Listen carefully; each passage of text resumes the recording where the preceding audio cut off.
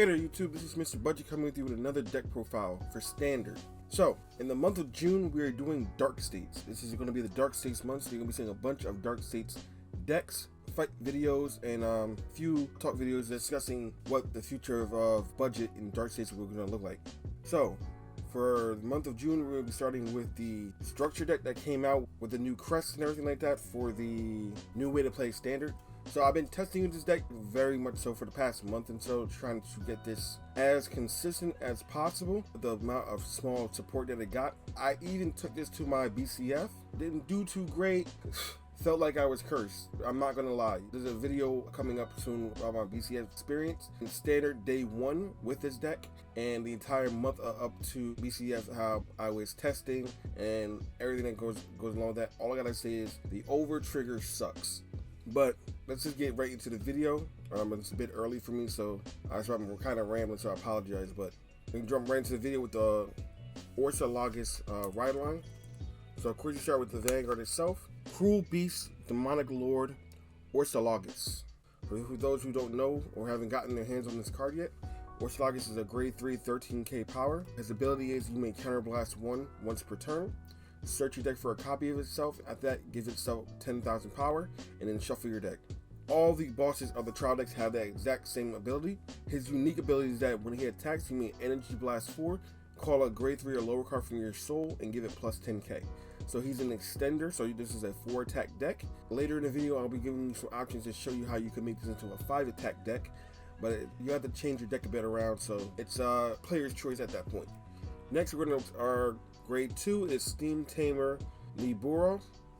Niburo here has a very simple effect. When he is ridden by Oselargest, if you have 4 more cards in your soul, you may draw 1 card. His unique skill on Guardian Circle is that if your Vanguard is grade 3, Oselargest, he becomes a 15k shield, so he just extra guard potential in your deck. So, in my experience playing Standard, having defense creep is very much needed, so having any options to defend yourself are very welcomed. Next, we're playing in the ride line a Feathering Balancer. Her skill is when she's ridden upon by the grade 2, you may soul charge 2 cards, so that's how you get the 4 cards in the soul for his ability.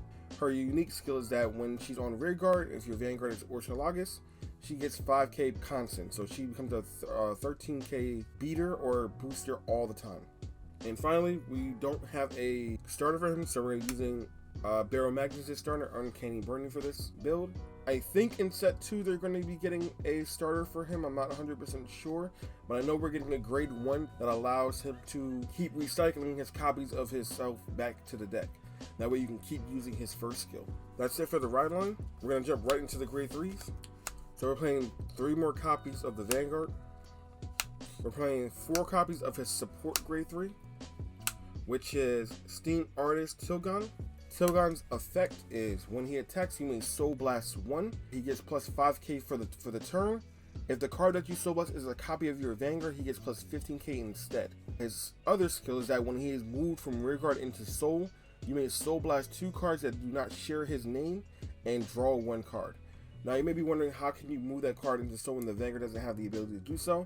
Well, there's another card in the deck that allows you to do that, so you can plus. The last grade 3 we're playing is another defensive option. We're playing the Blitz Order Evergreen Transfer. So this is our 1 Regalia piece for the deck, because we don't need the Chalice to Persona Ride, because the Vanguard affiliates that. Any other options that I would mention will be the new Regalia piece that allows you to draw a card and give all your units resist.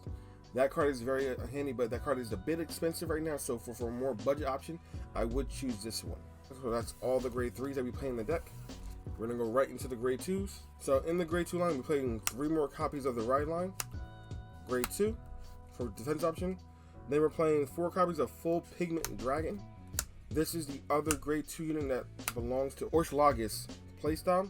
This is the grade 2 that allows you to put other rear guards into soul. So his ability is when he attacks and your Vanguard is Oselargest, you get to counterblast 1, move a rear guard into your soul, and draw 1 card. So by moving Tilgon and using his skill, you get to draw 2 cards.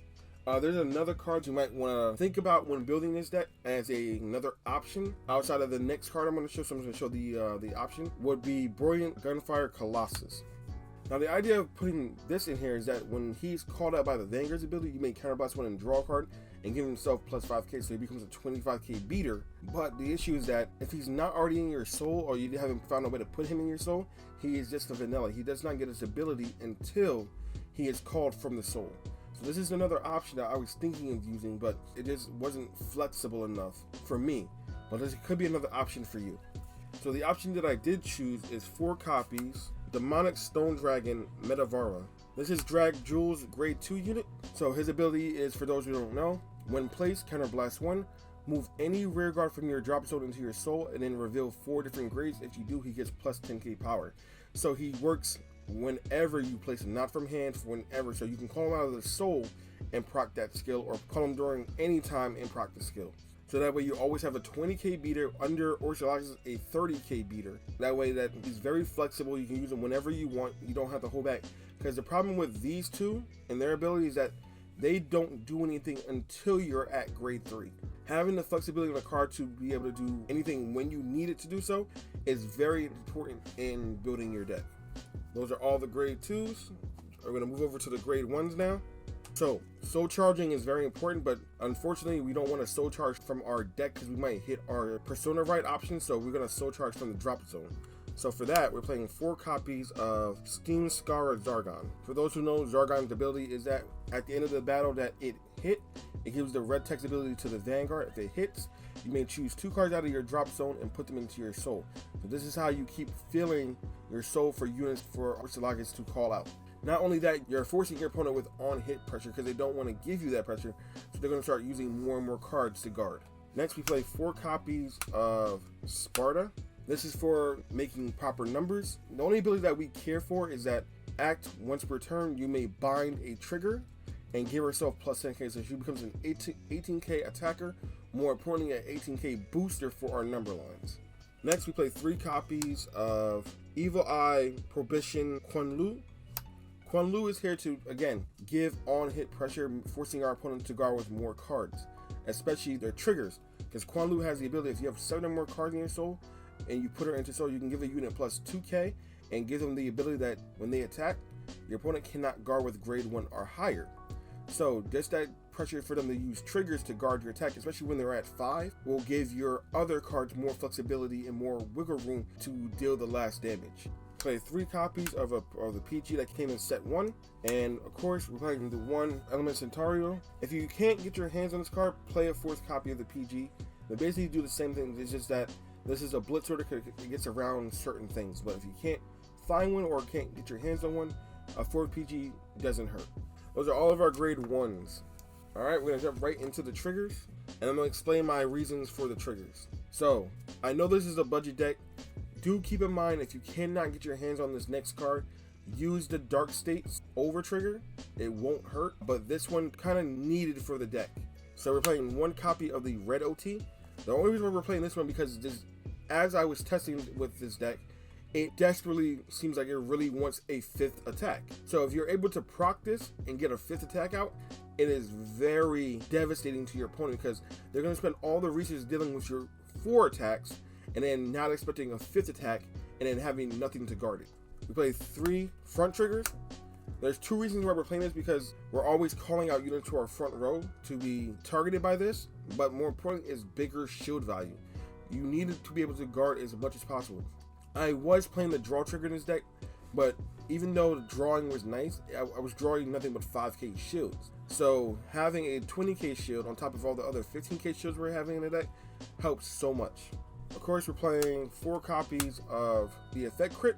It does matter for Sparta and for making numbers, but having a crit to go with the soul whenever you need it, so Sparta has a target. We're playing 4 other crits, and then 4 heals.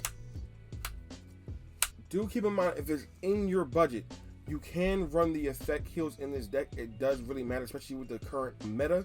There are a lot of restanding rear guards and a lot of restanding vanguards, so I would recommend running 1 copy of the effect heal that adds more power if a unit restood, just to cover your bases. Alright, so that is the entire deck.